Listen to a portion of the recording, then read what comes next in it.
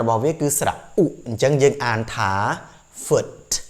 foot ឧ សលេងវាខ្លីណា main foot តែគឺ foot foot main foot អូខេចាំឲ្យតន់ណា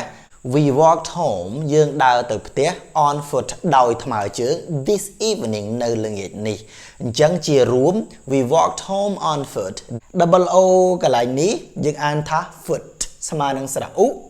food ស្មើនឹងស្រៈឧ double o ដែរតែសលេងវាស្មើស្រៈឧអានេះ double o ដែរស្មើនឹងស្រៈអយើងអានថា flood អានេះអានថា cut អានេះអានថា cute អានេះ cute អញ្ចឹងចាំយើងរៀនសង្កេតថាអីស្មើអក្សរអីអញ្ចឹងបងប្អូនបាទបងប្អូនដែលចង់ភ្ជាប់និស្ស័យនៅក្នុងការផលិតវីដេអូមេរៀនបងប្អូនអាចជួយឧបត្ថម្ភគាំទ្រតាមរយៈនេះបាទសូមអរគុណសូមជម្រាបលាបាទសូមគោរពជម្រាបសួរបងប្អូនអ្នកសិក្សាភាសាអង់គ្លេសនៅក្នុងសៀវភៅ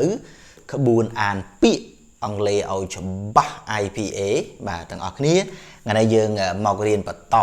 មេរៀនរបស់យើងអំពីការរៀនសង្កេតពាក្យយើងដល់វីដេអូទី11ហើយណានៅក្នុង YouTube របស់យើងអញ្ចឹងស្រៈឧនេះបងប្អូនណា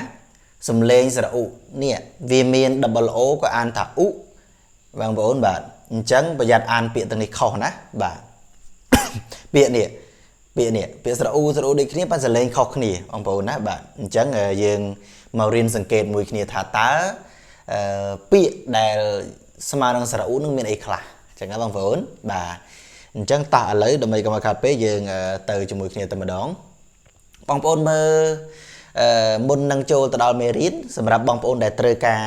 សៀវភៅដេករៀនណាបងប្អូនឆាតទៅ page ដេករៀនសៀវភៅយើងមាន clear សន្ទនាមានផ្ដោតពីអត់ចេះសោះមានក្បួនដែលយើងកំពុងបរៀនហ្នឹងហើយអនាគតទៅយើងនឹងមានវីដេអូហោហែតាមហ្នឹងតែពេលនេះខ្ញុំកាលណាខ្ញុំបាទសូមថតមេរៀនសៀវភៅក្បួនអានសិនណាហើយបងប្អូនដែលត្រូវការ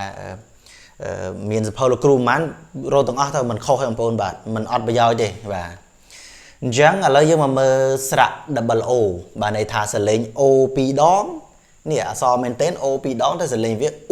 ណាបងប្អូនណាបាទអញ្ចឹងឥឡូវយើងមកឧទាហរណ៍គេថាម៉េចឧទាហរណ៍ពាក្យតែជើងនេះអញ្ចឹងជើងនេះ double o យើងគួរតែអានថា foot អីចឹងមកមែនទេបើសិនយើងអត់ធ្លាប់រៀនក៏ប៉ុន្តែស្រៈរបស់វាគឺស្រៈឧអញ្ចឹងយើងអានថា foot foot ឧសលេងវាខ្លីណា main foot តែគឺ foot main foot អូខេចាំឲ្យតន់ណា foot បាទដែលយើងប្រែថាជើងអូខេឧទាហរណ៍គេថាម៉េចទៅល្ងាចមិញយើងដើរថ្មើរជើងទៅផ្ទះវិញណែបងប្អូនដូចខ្ញុំដាក់អក្សរខ្មែរនៅពីលើហើយបងប្អូនខ្លះក៏ត្រឡប់ឃើញខ្មែរនៅពីក្រោមអញ្ចឹងអាចថានេះភ្នែកបន្តិចប៉ុន្តែខ្ញុំសូមឲ្យយើងទោះបីយើងរៀនភាសាគេក៏ដោយចោះសូមឲ្យមានគេហៅថាមោទនភាពអក្សរយើងដាក់ពីលើវាមកណាបងប្អូនហើយឲ្យធំជាងវាទៀតណាឲ្យធំជាងភាសាគេហើយមួយទៀតដាក់ធំអញ្ចឹងមកបងប្អូនស្រួលរៀននៅក្រៅប្រទេសបងប្អូនខ្លះគាត់ចេះភាសាអង់គ្លេសហើយក៏ប៉ុន្តែគាត់ចង់រៀនខ្មែរបន្ថែមអញ្ចឹងទៅខ្ញុំក៏ដាក់អញ្ចឹងមកណាបងប្អូនបាទអញ្ចឹង we walked home on foot this evening អញ្ចឹងពាក្យថា walked home កន្លែងនេះគឺយើងថាដើរទៅផ្ទះអញ្ចឹងយើងអត់ប្រើពាក្យថា walked to home ទេចាំណាបងប្អូនដើរទៅផ្ទះយើងអាចប្រើពាក្យថា walked home ហើយ on foot យើងមិនប្រើថា by foot ទេដោយថ្មើរជើងណាបងប្អូនបានន័យថាយើងដើរទៅផ្ទះហ្នឹងគឺយើងអត់អាចប្រើតែ by foot ទេគឺប្រើពាក្យថា on foot ចាំឲ្យតន់ណា we walked home យើងដើរទៅផ្ទះ on foot ដោយថ្មើរជើង this evening នៅល្ងាចនេះអញ្ចឹងជារួម we walked home on foot this evening យើងបានធ្វើដំណើរថ្មើរជើងទៅផ្ទះកាលពីម្សិលនៅល្ងាចនេះបាទល្ងាចមិញនេះបាទយើងដើរទៅផ្ទះដោយថ្មើរជើងអញ្ចឹងមកពាក្យនេះមួយទៀត double o ដដែលក៏នៅសលេងស្រៈឧដែរយើងអានថា stood បាទ stood ជាអតីតកាលរបស់ stand អូខេ stood alright ឧទាហរណ៍គេថាម៉េចទៅបាទ we stood and wait for an hour we stood យើងបានឈរ and waited ហើយរងចាំ for an hour ចឹងបងប្អូនត្រូវចាំពាក្យថា wait អស់រយៈពេលប្រមាណឧទាហរណ៍ទៅយើងរងចាំគេអស់រយៈពេល1ខែអញ្ចឹង I wait for you for 1 month អីចឹងមកណារយៈពេលអញ្ចឹងខ្ញុំបានឈរឲ្យរងចាំរយៈពេល1 ម៉ោងអាចតែឈរត្រង់ជួរឬក៏ស្អីស្អាយើងឯអាហ្នឹងស៊ីសងដូចយើងដាក់ទេឧទាហរណ៍ពាក្យថាល្អនេះដែលពាក្យថាល្អ double o សលេងវាគឺស្រៈឧអញ្ចឹងយើងអានថា good មិនមែនអានថា good ទេអូខេ good វាស្តៀងតែគ្នាទេក៏ប៉ុន្តែអានឲ្យត្រូវគឺអានថាស្រៈឧអញ្ចឹងអានថា good អូខេ foot good alright ស្រីខ្លីណាបាទយើងប្រើថាល្អឬក៏ប្រកែអញ្ចឹងទៅអូខេបងប្អូនឧទាហរណ៍គេថាម៉េចទៅ She's not so good at public speaking បាទ She's not so good អញ្ចឹងពាក្យថា not so good ហ្នឹងមិនសូវជាប្រកែអញ្ចឹងពាក្យថា good at គឺជា phrase មួយដែលយើងប្រើថាប្រកែឬក៏ថ្នឹកខាងអីមួយឬក៏ជំនាញខាងអីមួយអញ្ចឹងបងប្អូនអញ្ចឹងកន្លែងនេះ She's not so good at public speaking នាងមិនសូវប្រកែនិយាយជាសាធារណៈទេប៉ុន្តែបើសិនជានិយាយជាមួយមិត្តភ័ក្តិអីធម្មតាក៏អូខេបានមាត់បានកតែបើសិនឲ្យឡើងទៅនិយាយក្នុងទីសាធារណៈពិបាកអត់សូវប្រកែទេអញ្ចឹង she is not so good at public speaking you are good at public speaking ណែប្រកែនៅក្នុងការនិយាយជាសាធារណៈអីចឹងទៅអូខេបាទមកពាក្យមួយទៀតគឺពាក្យថាសៀវភៅ double o ដែរអញ្ចឹងយើងអានថា book អញ្ចឹងស្រៈឧអានឲ្យខ្លី book បាទយើងប្រើថាសៀវភៅណាបាទយើងមើលឧទាហរណ៍គេថាម៉េចទៅខ្ញុំបានសរសេរសៀវភៅ5ក្បាលហើយដល់ឥឡូវនេះបានតែក្នុងមួយជីវិតរបស់ខ្ញុំសរសេរបានឥឡូវនេះខ្ញុំសរសេរបើសម្រាប់ខ្ញុំសរសេរបាន4ក្បាលណា So I have written 5 books so far បានន័យថាយើងតាំងបរិញ្ញាមកយើងបានសរសេរសៀវភៅតាមពិតទៅបូកជាមួយនឹងសៀវភៅស្រឡាញ់ប្រឡំលោកកូនកាត់ខ្ញុំបាន5ក្បាលមែនណាអញ្ចឹង I have written អញ្ចឹងអានេះមិនអានថា written ទេណាកិរិយាសព្ទទី3របស់ write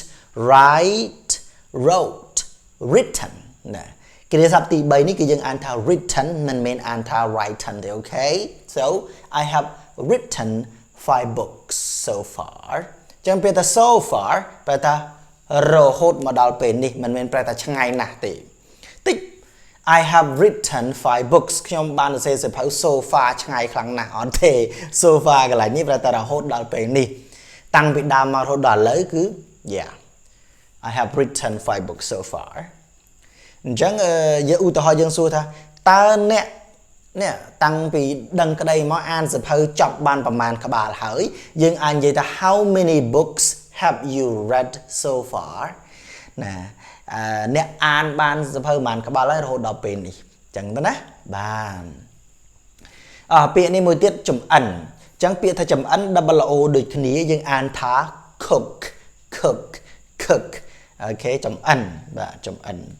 ឧទាហរណ៍គេថាម៉េចទៅបាទតើអ្នកនឹងចំអិនអាហារពេលល្ងាចបានទេល្ងាចនេះបានន័យថា will you cook dinner this evening ឧទាហរណ៍ថាជាធម្មតាខ្ញុំជាអ្នកចំអិនអាហារពេលល្ងាចទេក៏ប៉ុន្តែដោយសារតែខ្ញុំមានធុរៈត្រូវទៅក្រៅអីចឹងទៅអត់បានចំអិនអាហារពេលល្ងាចដើម្បីគ្រួសារទេអញ្ចឹងយើងសួរឲ្យអ្នកដទៃហ្នឹងគេចំអិនឲ្យយើងជំនួសយើងអញ្ចឹង will you cook dinner this evening ណាតើអ្នកនឹងចំអិនអាហារពេលល្ងាចបានអីងាចនេះណា will you cook dinner this evening អញ្ចឹងយើងអាចនិយាយថា I will cook dinner but you have to wash the dishes ខ្ញុំនឹង cook dinner for our family ចំអិនអាហារដើម្បីគ្រួសារយើង but you have to wash the dishes ណែឯងត្រូវតែលាងចានអញ្ចឹងខ្ញុំធ្វើអាហារពេលល្ងាចណែឯងលាងចានឲ្យវា fair បន្តិចណាបាទអញ្ចឹងអក្សរ double o ស្មើស្រៈឧរួចហើយមែនទេបងប្អូនតែអក្សរ u មួយនេះក៏ស្មើនឹងស្រៈឧដែរណាបងប្អូនណាបាទអញ្ចឹងយើងរៀនចំណាំមកមានពាក្យអីខ្លះទៅបងប្អូនបាទអូខេអក្សរ u អត់ពិបាកទេដូចពាក្យថា put យើង put វានៅទីនេះយើងទុកយើងដាក់យើងវា put អូខេ put អត់ពិបាកទេពាក្យនេះណាបាទងាយ Okay, so the ability to put things in places is great បាទ the ability សមត្ថភាពទុករបស់របរនឹងនៅមួយកន្លែង is great គឺឲ្យវាចំកន្លែងត្រូវកន្លែងនឹងអស់ចានេះខ្ញុំឧទាហរណ៍ទេបងប្អូនបានន័យថាយករបស់ពីកន្លែងហ្នឹងហើយ nó pe để dương pra hay vô mà đạo chấm cái lại đạo với nhau lọ miên là biệt rồi nó cứ cho sắm mặt phim ở cha vì mình nghe dòng phồn mình nghe vô bị cái lại nó đạo trâu cái lại đạo với nhau phồn bạn các đạo này nói chẳng hạn phồn bạn so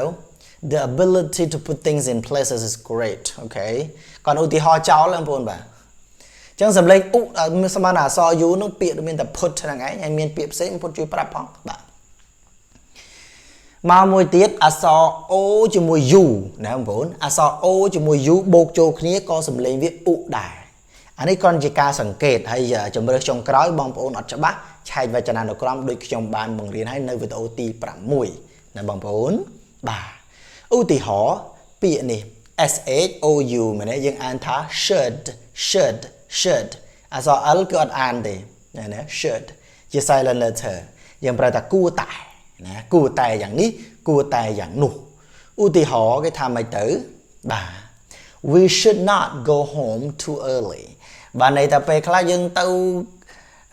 mà play tao gọi là anh kê cho lắng bắp tê vinh chẳng vì ở sau cua sầm ná vậy khi em toàn đang say đến tao lập từ với nhà nó chỉ cả vào đầu vô bò chẳng you should not go home too early we should not go home too early chẳng dân mình cua na chắp tập tê về bạn you should not we should not go home too early that's too early lươn bể và nhập từ bể okay mà bị mùi tiết ou ta đã cứ could chẳng bị thả should bị thả could nhưng ăn clay nè bạn sau đó ok bạn u thì họ bà ta này ai prap chmua nè đào cái trong bàn tế là bạn là cha nè could you tell me your name please could you tell me your name please okay could you slow down please could you speak slowly please nè xong vậy giờ dương tịch ban tịch cha ban tịch bát sẽ dương thì bà hai bịa một tiết cứ word bịa cua sầm nâng ban này ta dương sna kê nó một sna kê vậy bẹp nụ chẳng tự ok bạn ưu tiên họ cái thằng mấy ta nè nâng bậc căn thế bậc prap trong đó khi mà này bịa là cái nạ cua sầm kìa ta would you mind telling me your name bạn would you mind telling me your name ra ta ba mình vô tòa tế ai chùm riêng cho mua được prap cho mua thế đó khi nhóm bàn thế would you mind telling me your name ok bà mình vô tòa chui prap cho mua đó khi nhóm tích mà ba nó và ok và chẳng trong số mà bọn riêngสังเกต tầm một tiết dân biên smart đằng sạ đằng đáy bàn đại dân bây giờ ăn khẩu nó bốn bạn sạ này bằng bốn mơ double o nam bốn á để o đôi khi nè bàn tay ai ta ăn khẩu nè chẳng to là dân riêngสังเกต và cáiสังเกต ưu tiên họ tha double o ní đại dân prai thà trường nắng dân double o dân ăn tha foot smart đằng sạ u ta double o mùi ní dễ o đôi khi nè tại dân mình ăn thà food tệ bạn anh ấy ăn tha food anh ấy ăn tha food chẳng mấy anh ấy có food đấy nè bạn double o cái lại ní nhưng ăn tha food sama nang sara u food sama nang sara u double o đấy ta sẽ lấy với sama sara u họ anh ấy double o đấy sama nang sara a nhưng ăn tha flood nè anh em vốn o đôi khi đấy mũi food sara u mũi food sara u flood cái là ní mũi sara a tại sao sẽ double o đôi khi chẳng hai bạn ở dân riêngสังเกต hai bạn tọt máu bây giờ mình sẽ bắt tới dân riêng chạy và chân nào nó được trong prap chẳng đó đôi phía này sara u đôi khi anh ấy ăn ta cut anh ấy ăn ta cute anh ấy cute anh chắc chắn dân riêngสังเกต ta ấy mà so ấy chẳng hạn bốn bạn họ anh ấy sara ấy sara u put nè cut sara a cut cute sara u đọc anh ấy put sara u té so u đôi khi ông vốn chẳng bạn ta nó phải sao ông lấy nó vì chẳng tao là dân riêngสังเกต và tập máu trong cái đó dân riêng ý này hãy dân riêng chạy vào chân nào nó cầm chẳng mà bạn chắc bà là bóng ổn chẳng khi nhóm mà miền tại bản năng hay bóng ổn đây là trơ ca dập phớ tôn chat tập hay để riêng bản dân miền dập phớ để riêng trên và mán bóng ổn control từng ôm màu nhưng nơi tình gì tại đại thăm mình khó bằng nón thì hay có mình khát đại bóng ổn bạn miền tại chân này ok chẳng trong miền tại bản năng ấy ngày sớm ở con trán sớm chỉ đẹp lìa bye bye